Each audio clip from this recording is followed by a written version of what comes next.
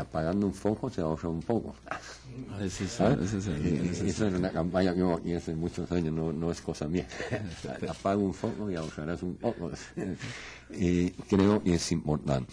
Las medidas que el Ejecutivo puede tomar y ya se están tomando, ya se tomaron, y hay que seguir explorando en nuevas medidas como la ayuda, en nuevas medidas que ya no son de carácter macroeconómico, sino que son de producción nacional, y inclusive en semillas, con mayor tecnología en semillas, etcétera. El ministro de Agricultura mencionaba increíble de áreas de manzana, producción de manzana de 16 quintales, han llegado a 50, 60 y hasta 80 en algunos casos.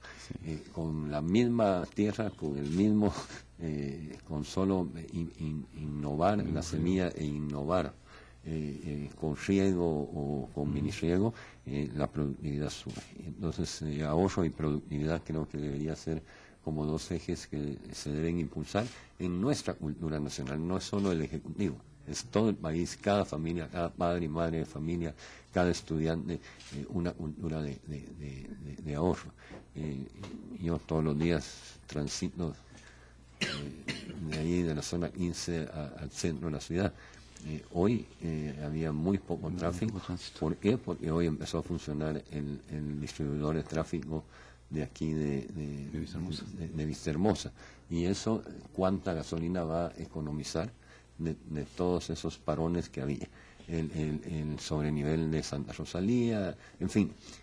También la infraestructura colabora con el ahorro si se hace con inteligencia. Uno de esos casos es sin duda alguna el tema de Transurbano. Ayer el ministro de Energía y Minas exhortaba a la población a pues ir vinculándose más al servicio público, lo cual contrasta porque también surgieron inmediatamente las críticas, y eso estamos conscientes de que a muchos les genera temor ir en un autobús, pero para eso justamente sirve Transurbano, un sistema que brinda seguridad, pero que además utiliza autobuses nuevos que son amigables con el ambiente y que debe de ir en la línea de ir sustituyendo esa lógica que basta meterse en el tráfico y voltear a ver a los vehículos cuánta gente va en cada vehículo. El 80% de vehículos va con una sola persona, y eso es multiplicar la contaminación que realizamos. Y otro elemento... Pero deja la contaminación, encima de la contaminación, el consumo de energía, el consumo de combustible.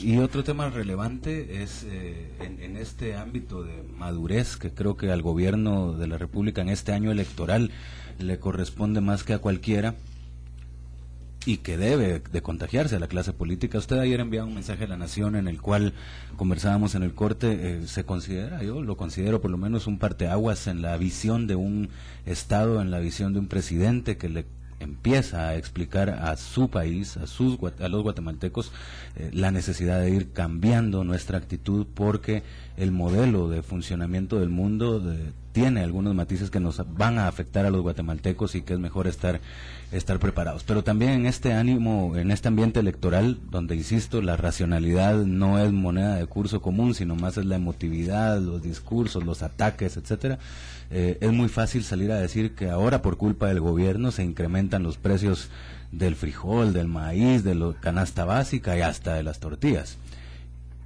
¿Cuál es el llamado que puede hacer usted como presidente y como gobiernos, y sobre todo quizá Humberto, que es el único no guatemalteco en esta mesa? ¿Qué actitud debe tener la sociedad política? Si no es para decirles qué actitud deben tener, pero qué actitud se sugiere que pueda tener una clase política, y no solo la clase política, sino las distintas élites de un país, en un proceso como en el que nos encontramos, de poder atender la problemática estructural y real de Guatemala. Y cito como ejemplo, si no hubiera habido, y esta es una pregunta que quedará siempre en el ambiente, veamos la crisis de 2008 de alimentos, de combustibles, etcétera, y ahora nuevamente nos vuelve a atacar. Si no existieran hoy por hoy casi 1 millón de personas y de familias recibiendo Mi Familia Progresa, ¿cómo le habría ido a esas familias? ¿Cómo habría crecido la pobreza en Guatemala durante estos 3 años que llevamos en esta administración? Entonces ahí, Humberto, hay un combo para platicar. Yo Que Dios me libre de decir que es lo que tiene que hacer la clase política guatemalteca. Yo creo que es un diálogo que ustedes tienen que tener como país. Lo que sí que me gustaría enfatizar es la palabra diálogo aquí. Estamos hablando de problemas, como decía antes, complicados. No solo es el de los precios de la comida, es el problema también de los precios del petróleo, del impacto que eso va a tener en la actividad. Estamos hablando de lo que es la salida de la crisis global internacional, donde, bueno, afortunadamente parece que estamos saliendo, pero todavía queda algún remanente por ahí. Estamos hablando de problemas muy complicados, donde yo creo que la cuestión no es tanto empezar a echar la culpa o al gobierno o a la oposición. La cuestión es de que haya un diálogo entre gobierno, entre oposición, entre los partidos políticos y entre los diferentes grupos de la sociedad civil, para que cuando se vaya a hacer una estrategia de país, esa estrategia aguante. Todos somos conscientes de que los procesos políticos pues tienen ciclos, cambia un gobierno, cambian un poco las políticas, pero debería haber algunos programas que deben estar por encima de la batalla política. Cuando estamos hablando de los alimentos de la gente, cuando estamos hablando de la desnutrición infantil, cuando estamos hablando del frijol que le llega a la familia guatemalteca, eso posiblemente tendría que estar dentro de un diálogo que no esté en la cuestión de quién es el culpable o no el culpable. Creo que al principio fue bastante claro de este es un problema que estamos observando a nivel global, no es un problema únicamente para Guatemala, pero la solución que ustedes den tiene que ser una solución local. El problema es global, pero la solución es local. Y si me dejan ya un segundito solo, y esto ya es una parte comercial del Banco Mundial, cuando están hablando muchas veces de qué es lo que podemos hacer, yo creo que los multilaterales, el Banco Interamericano de Desarrollo, el Banco Mundial, les está tratando de ayudar.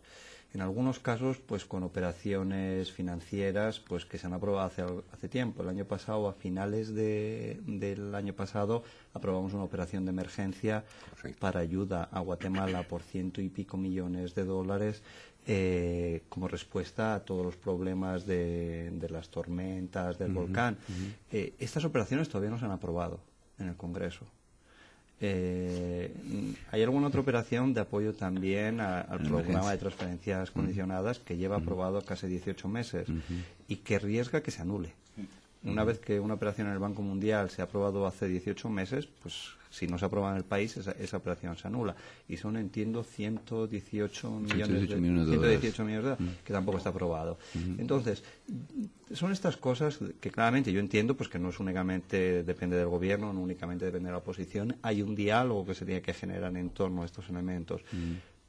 Pero hay cosas que yo creo que como guatemaltecos se tienen que sentar a la mesa y empezar a decir, no podemos estar echando la culpa a un lado o a otro lado cuando estamos dejando pasar por delante de nosotros estos recursos que los podríamos estar poniendo seguramente. Soluciones importantes. Haciendo comentarios a tu comentario, Ronaldo, creo que la madurez política es fundamental y es la visión de país. Un evento electoral no debe afectar la visión de país. Y las cosas de visión de país de fondo no son temas electorales. El cambio climático, la reforma fiscal, la canasta básica, son temas de nación.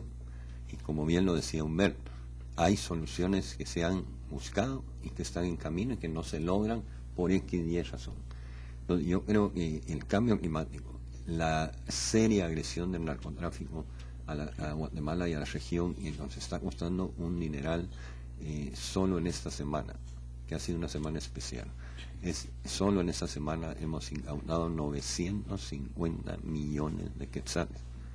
Si eso fuera invertido en mitigar la canasta básica, imagínense el espacio de maniobra que pudiéramos tener.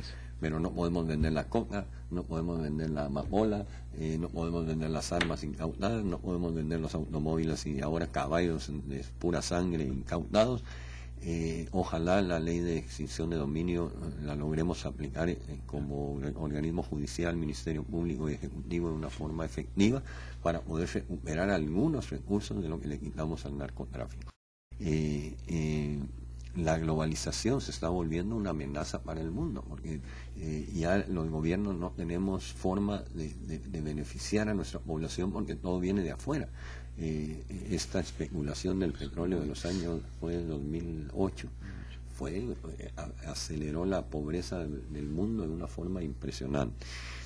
El único en el caso de Guatemala. Este año ha habido más temblores de lo que tuvimos en los años anteriores. La parte fiscal, al equipo de gobierno le consta la lucha que hemos tenido de 3 años y que ahora es una cuestión de madurez y de supervivencia de la salud, educación, seguridad y justicia. Entonces, volviendo a el 14 de enero en mi discurso del Congreso, yo fui bien claro. Esta es una actitud de madurez política para la clase política. La reforma fiscal es cuestión de nación. Es una cuestión de poder mantener los avances que ha dado el país y poder mantener la seguridad y justicia. Hoy viene el secretario general de Naciones Unidas a apoyarnos en seguridad y justicia al país y a la región, y tenemos que ser también responsables de lo local en financiar lo que nos toca financiar a nosotros: fiscales, policías, jueces, nuevos juzgados. ¿Cómo va a haber justicia en el país si solo 33 municipios tenemos fiscalías? La fiscalía tiene que llegar, igual que mi familia progresa, a todos los, porque es lo mismo, es parte de una integralidad. Entonces creo que es madurez. Yo te contestaría, Ronaldo, es seguir incentivando a la madurez política. Y esa madurez se debe reflejar en una visión de país. La franja transversal del norte no es para un gobierno, es para un país, para una visión de largo plazo, la del Polo Chic, en fin. Ni la reforma fiscal que se... Tampoco va a ser el beneficio del próximo gobierno. Sí. Y yo lo dije en el Congreso, y yo no me quiero ni imaginar el gran problema que va a tener el próximo gobierno si no hay reforma fiscal este año. Porque la demanda social va a ser fuerte, la demanda de seguridad va a ser fuerte, y la demanda de justicia va a ser fuerte. Y si a esto se suma un problema de alimentos a nivel mundial, la presión va a ser complicada, tan complicada como el 2009 y el 2008, o más, porque cada vez la población es más, la producción es menos y alcanza menos para todo el mundo. Sí, ahí sí que para todo el mundo. Yo sí creo, Ronaldo, que es visión de país, madurez, y Humberto nos recordaba algo: no puede seguir entrampada la agenda legislativa, ni por el tema fiscal, ni por el tema financiero, que hay ¿cuántos préstamos están? Hay 9 préstamos están Hay 9 préstamos atrancados en el Congreso que son de vital importancia para el funcionamiento del Estado, rural, no solo el Ejecutivo.